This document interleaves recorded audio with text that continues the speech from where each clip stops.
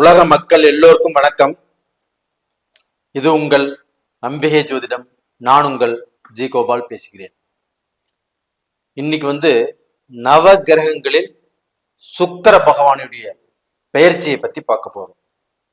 சுக்கிர பகவானுடைய பெயர்ச்சி ஆப்பட்டது ஜூன் மாசம் 12ஆம் தேதி ஆரம்பிச்சு ஜூலை மாதம் 6ஆம் தேதி வரைக்கும் இந்த சுக்கிர பகவானுடைய பெயர்ச்சி. அப்ப இந்த சுக்கிர பகவான் ஆப்பட்டது ரிஷபத்திலிருந்து பெயர்ச்சியாகி மிதுனத்துக்கு வர்றாங்க.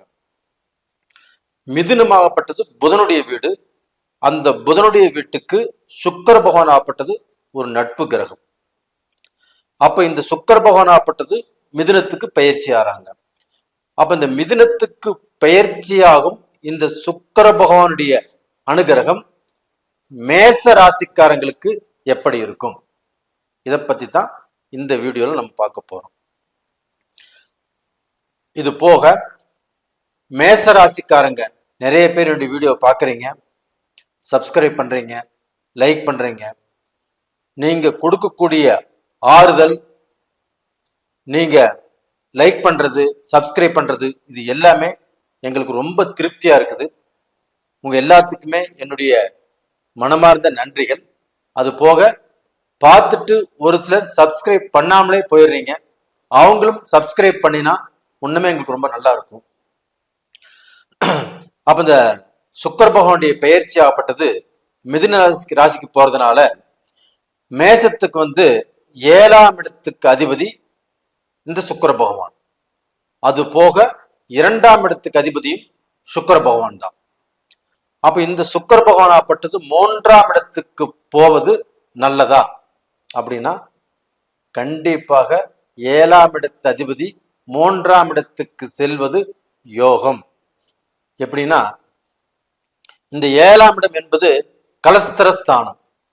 அப்ப அந்த கலஸ்தரஸ்தானாதிபதி எந்த ரூபத்திலும் கெட்டு போகாமல் 3ஆம் இடத்துக்கு செல்வது யோகம். அப்ப அந்த 3ஆம் இடத்துக்கு அந்த சுக்கிர பகவான் செல்வதனால் அந்த 3ஆம் இடம் என்பது என்ன? முயற்சி ஸ்தானம், வீரியஸ்தானம், வெற்றி ஸ்தானம். அப்ப அந்த இடத்துக்கு தன்னுடைய நட்பு கிரகமான புதனுடைய வீட்டுக்கு இந்த சுக்கிர பகவான் செல்வது யோகம்.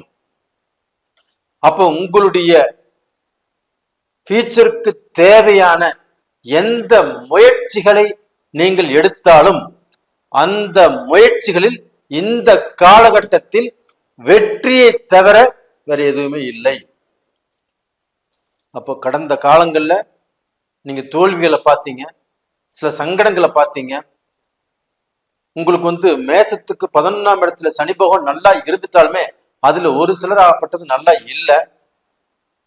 அப்ப வாழ்க்கையில பிரச்சனைகளும் பிரிவுகளும் வேதனையும் சோதனையும் வேலையில்லா திண்டாட்டமும் பிசினஸ்ல தன் சக்சஸ் பண்ண முடியாத சூழ்நிலையும் அதுபோக உறவுக்குள்ள சில பிரச்சனைகளையும் இத்தனை கஷ்டங்களோடு தான் ஒரு சிலர் வாழ்ந்துட்டு இருக்கிறாங்க. அப்ப அவர்களுக்கு எல்லாமே இந்த சுக்கிர பகவான் 3ஆம் இடமான முயற்சி ஸ்தானத்துக்கு செல்வது உங்களுக்கு யோகம். அப்போ நாம இப்ப எடுக்கக்கூடிய எந்த முயற்சியாக இருந்தாலும் அது வேலை சம்பந்தமாக இருக்கலாம், பிசினஸ் சம்பந்தமாக இருக்கலாம், உறவுக்காரங்க சம்பந்தமாக இருக்கலாம், ஃப்ரெண்ட்ஸ் சம்பந்தமாக இருக்கலாம். இந்த அடிப்படையில நம்ம எந்த முயற்சிகள் எடுத்தாலும் அது சக்சஸ் ஆகும். அப்போ உறவுக்காரங்களோட பேசாம இருக்கிறோம், ஒரு அண்ணன் கூட சண்டை, தம்பி கூட சண்டை, அக்கா கூட சண்டை, இல்லை பெரியம்மா கூட சண்டை, பெரியப்பா கூட சண்டை, அத்தைமார்களோட சண்டை, இப்ப இவங்க கூட நம்ம ஏதோ ஒரு சுமூகமான உறவு வச்சுக்கிறதுக்கு முயற்சி பண்ணாலும் சக்சஸ் ஆகும். இது போக உங்களுடைய தொழில் ரீதியாக நாம சம்பாரிச்சு முன்னுக்கு வரணும்.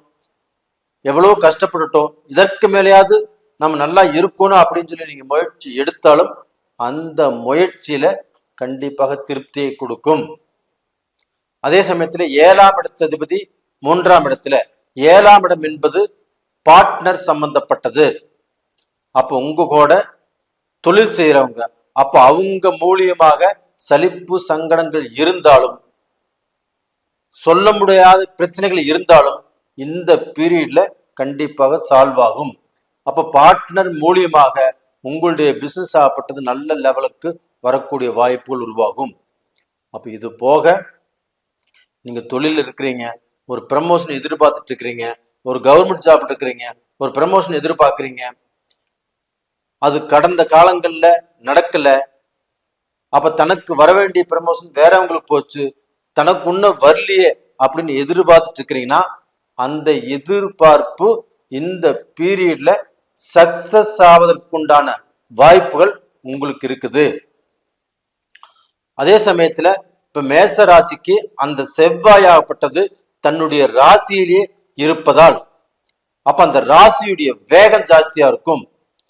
அது போக இந்த 3ஆம் இடத்துக்கு சுக்கிர பகவான் வந்தது, தனாதிபதி 3ஆம் இடத்துக்கு வந்தது யோகத்தை கொடுக்கும். அப்ப இந்த 3ஆம் இடத்தில் இருக்கக்கூடிய சுக்கிர பகவானுடைய முயற்சி, அந்த மேச ராசியில் இருக்கக்கூடிய செவ்வாயுடைய வேகம், இது ரெண்டுமே ஒண்ணு சேர்ந்து உங்களுடைய வேகத்தை, உங்களுடைய முயற்சியை கண்டிப்பாக அதிகப்படுத்தி சக்சஸ் பண்றதுக்கு காட்டும். அப்ப டோட்டலா பாத்தீங்கன்னா மேச ராசிக்காரங்கள் உங்களுடைய வாழ்க்கையில கண்டிப்பாக நீங்க திட்டம் போட்டது, திட்டம் இட்டபடி இந்த காலகட்டத்துல கரெக்டா நடக்கும். அப்போ உங்களுக்கு வந்து ரியல் எஸ்டேட் சம்பந்தப்பட்டதோ, பூமி சம்பந்தப்பட்டதோ, அதுபோக சுக்கிரன் ஆப்பட்டது கலஸ்தர காரகன், சுகபோக வாழ்க்கைக்கு காரகன். அப்போ உங்களுடைய வாழ்க்கையில நீங்க வந்து ஒரு நல்ல வீடு கட்டணும் அப்படின்னு ட்ரை பண்ணாலும் கண்டிப்பாக நடக்கும். சுகபோக வாழ்க்கை வாழ முடியும், ஒரு நல்ல அந்தஸ்தான வாழ்க்கை வாழ முடியும். ஒரு நல்ல வாழ்க்கைக்கு இப்ப நீங்க எடுத்து வைக்கக்கூடிய ஸ்டெப் கண்டிப்பாக ஒர்க் அவுட் ஆகும்.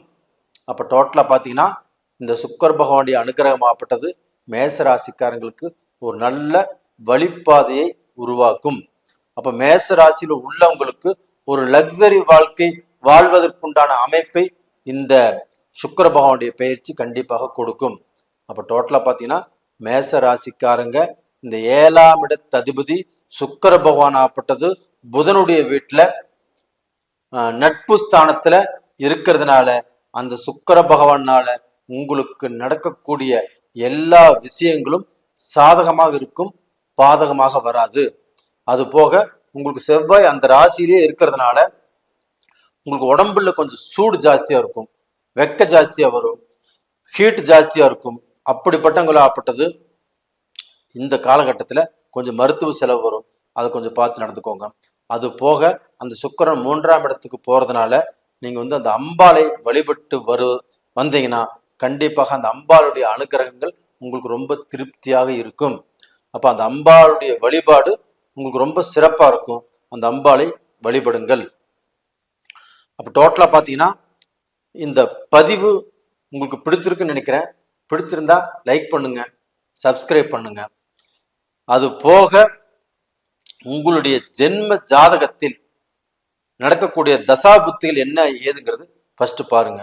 அந்த ஜென்ம ஜாதகத்தில் நடக்கக்கூடிய தசாபுத்தி சாதகமாக இருந்துட்டாவே நாம சக்சஸ் பண்றதுக்கு உண்டான வாய்ப்புகள் நம்மளுக்கு அதிகமாக கிடைக்கும்.